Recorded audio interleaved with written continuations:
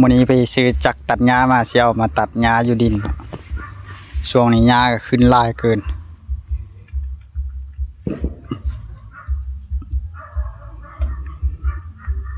อันนี้พอค่อยกับแม่ค่อยกับทางออกไปหน่อยนึงละคันสิทางหมดนี่ก็บ่ไหวนะมันก็เมื่อย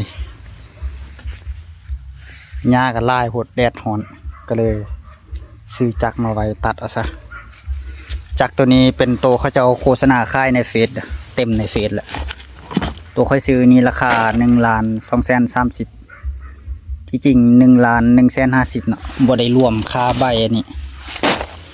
ก็เอาใบซื้อนี่ต่างหากอันนี้เป็นใบน่าจะเป็นใบวงเดือนตัดไม้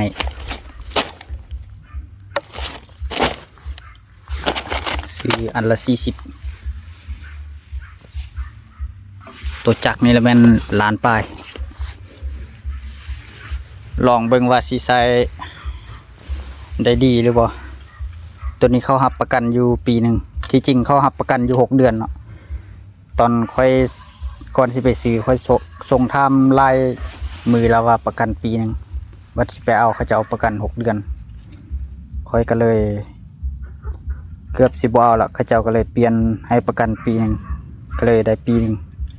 แต่บูว่าจักมันสิอยู่ได้ดนหรือเปล่าเดี๋ยวสิประกอบแล้วสิมาตัดเบิ่งก่อน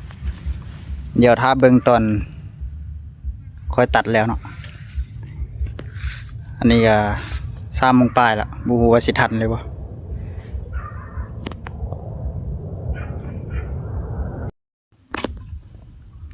อันนี้ค่อยประกอบแล้วเนาะเดี๋ยวสิไปลองตัดเบิ่งก่อนขั้นตอนประกอบกับโบยาเนาะค่อยกับโบเคยประกอบจักเทื่อเลยรู้สึกว่าใบ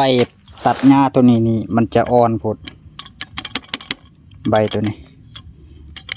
เหล็กมันจะบ่แข็งเหล็กปูหัวมันสิดีหรือบ่ดีต้องได้ไปหาใส่ใบที่มันแข็งๆกว่านี้ใบมันจะอ่อนๆเดี๋ยวค่อยก็สิลองค่อยๆตัดมันก่อนสิลองตัดหญ้าแถวนี้แหละหญ้ามันขึ้นสูงพอเลย